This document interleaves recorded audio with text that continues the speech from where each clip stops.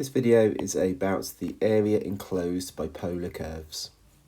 We should remember the formula for the area of a sector from our work on radians earlier this year as being half r squared times theta. We're going to be using this to get our formula for integration to find the area enclosed by polar curves, because over here I have a cardioid, and what I've done is I've split that up into a series of tiny little sectors that have constant radius. So here is one. It doesn't particularly look, in this diagram I've drawn here, doesn't look like they have a constant radius, but that's what it would be mathematically. The area of that sector, just of that tiny sector there, would be half r squared d theta.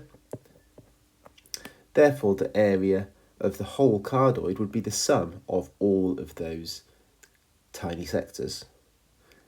And in the limit, as delta theta tending towards 0, that gives us the integral. So this is our formula. This is how we can work out the area between polar curves. Half r squared d theta, and we're integrating between our lower angle,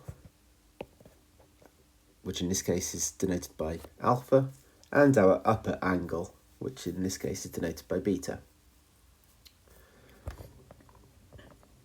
So let's have a look at two examples where we're using this. The first one, I've already written out all the working outs just to save some time. We're asked to work out the area enclosed by the cardioid with the equation r equals a times 1 plus cos theta. It's already been drawn out for us here, and I'm just going to talk us through how we get the answer. So, first thing to note is my method for this. Because it's symmetrical about the x-axis, I'm just going to work out the area of the top, and then I'm going to double that at the end. So I'm using the area formula here, half r squared d theta, and then I've substituted the r in. Remember, r is a times 1 plus cos theta, so this here is my r squared. Notice the limits. The lower limit is 0 because the angle here is 0. The upper limit is pi because the limit over here is pi. These are the two limits that give me that yellow shaded area on the top. Next, I have done two things at this line. Because the a squared is a constant, I've taken the a squared outside, and then I've also expanded those brackets. The next step, I can't integrate cos squared, so I've used the cos double angle formula to replace cos squared with half cos 2 theta plus 1 half. Next step, I've collected up the half and the 1 to give me the 3 over 2. Then I have integrated all of those terms. So the 3 over 2 becomes 3 over 2 theta. The 2 cos theta integrates to be 2 sine theta. And the half cos 2 theta will integrate to be 1/4 sine 2 theta. Because the cos is going to integrate to be sine. And then I'm going to have to divide by 2 as well because of the 2 on the inside here, because of this 2 here. So that I've divided by 2, and that's why the half has become 1/4. So that's fully integrated now. Now I'm substituting the limits. So when I substitute pi in here, so substituting pi in here, I get 3 over 2 pi. Substituting the pi into the sine will give both 0 terms. Then when I substitute 0 into each of these, substituting 0 in there, there and there, well, they're all going to be 0 as well. So this is now just going to simplify to be 3a squared pi over 4. And remember, that's just the yellow shaded area above the initial line. So I'm then timesing that by 2 to get my final answer here as the total area enclosed by that cardioid.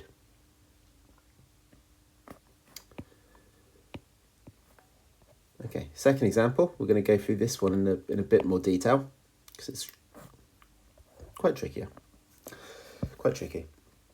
So part A, I have done that for us already. It says on the same diagram, sketch the curves with the equation r equals 2 plus cos theta. I've done that here, that's this line here. I've done that with a table of values, just like we did in the last video. And then I've also drawn that r equals 5 cos theta. That's this line here. So it's been drawn out for us already. Part B. Find the polar coordinates of the points of intersection of these two curves. So where do they intersect? So I want to find this coordinate here where the two curves intersect, and I want to find this coordinate here where the two curves intersect. So we're doing simultaneous equations with this, as we always do when we want to find where the two curves intersect, because at those points they have the same radius and they have the same angle. So I can say that 5 cos theta equals 2 plus cos theta. This is me just doing simultaneous equations with these curves. So I can then say that 4 cos theta equals 2, so cos theta equals 1/2. So theta is going to either equal pi over 3 or minus pi over 3.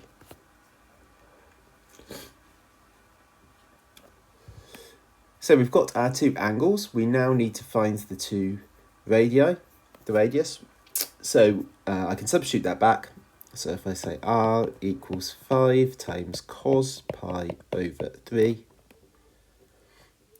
which is going to be 5 over 2. So we found that these two coordinates, one of them has the coordinate 5 over 2 pi over 3. That's this one at the top here. And then the other one has 5 over 2 minus pi over 3. That's the bottom one here. Right, let me clear this out now and get just because I'm going to need some more space for the last part of the question. And actually, let me label those points up a bit clearer on the diagram as well. So this point was the 5 over 2 pi over 3. And this point down here was the 5 over 2 minus pi over 3. Okay, right, part C. Find the exact area of the region which lies within both curves. So the shaded region in this case. Well, I can use the same technique as in the last, because of the symmetry here, I can use the same technique as in the last example. I can work out the shaded area on the top and then double that. Now, the key thing here is this shaded region on the top here is enclosed by two different curves. We have this region here that's enclosed by the r equals 2 plus cos theta. So that's this, let me highlight this. This yellow section here, that's enclosed by the 2 plus cos theta. And then we've got this region here that's enclosed by the r equals 5 cos theta. So I'm going to have to calculate these two regions separately. So let me call this region here A and this region here B. So for A, the formula, half r squared d theta. For region A, r is my 2 plus cos theta. Now the limits of integration here, you need to be really careful. The lower limit of a is 0. The upper limit of a is pi over 3. We worked that out in part B of the question. Right, let's expand those brackets and do some integration.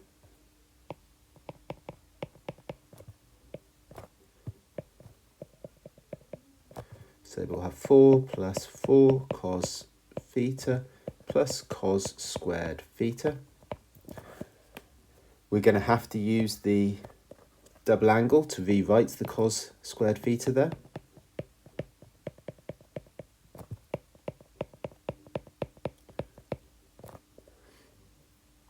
To be half cos 2 theta plus a half, which is then going to simplify to be a half. The 4 plus a half is going to be 9 over 2, 4.5.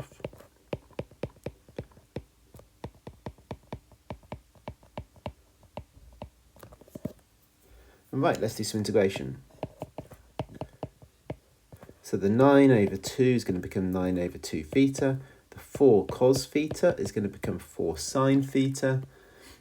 And the half cos 2 theta is going to become 1/4 sine 2 theta.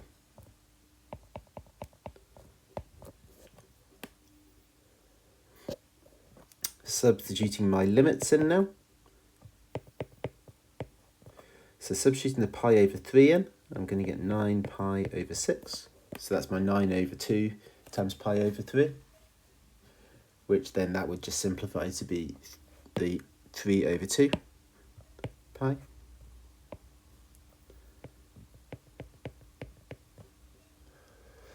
Four times sine theta, so 4 times sine of pi over 3 gives that. And then the 1/4 times sine of 2 times pi over 3 gives root 3 over 8. Substituting a 0 into each of those terms gives 0. So we're just left with that. Which, when we expand out those brackets, we get 3 pi over 4 plus root 3 plus root 3 over 16, which is the same thing. We can collect up those root 3's as 3 pi over 4 plus 17 root 3 over 16. Excuse me. Okay, so that's the area of A. Now let's do the area of B. So let me just write down A equals 3 pi over 4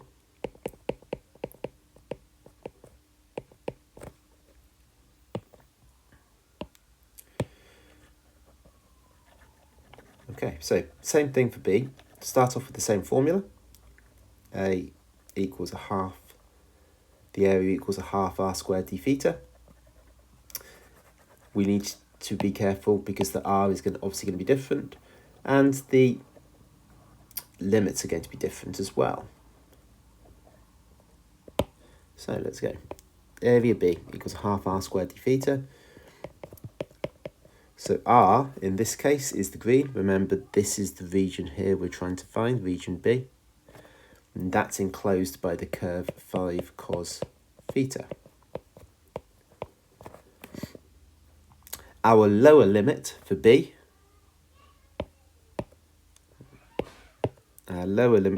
is this angle here, which was our pi over 3. Our upper limit for B is pi over 2.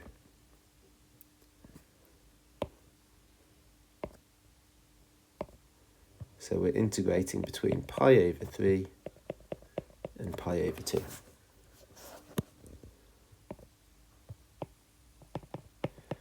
Expanding those brackets out, I get 25 cos squared theta which in order to integrate that, I need to use the double angle formula again. So I would get 25 over 2 cos 2 theta plus 25 over 2. We can integrate now. We'll get 25 over 4 sine 2 theta plus 25 over 2 theta.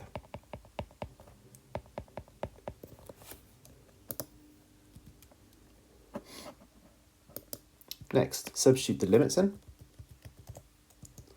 So we'll get,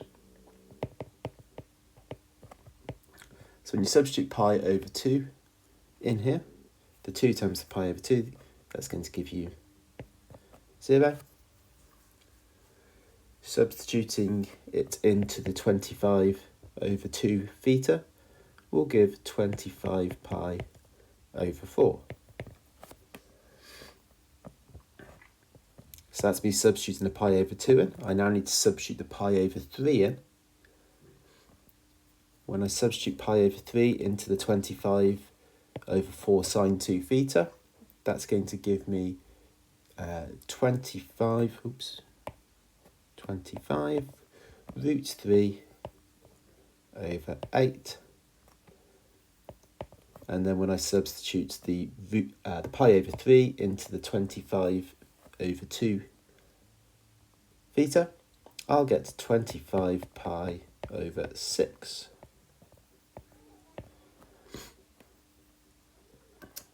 So that's going to simplify then. So we've got 25 pi over 4 minus 25 root 3 over 8 minus 25 pi over 6. So that is my area of B.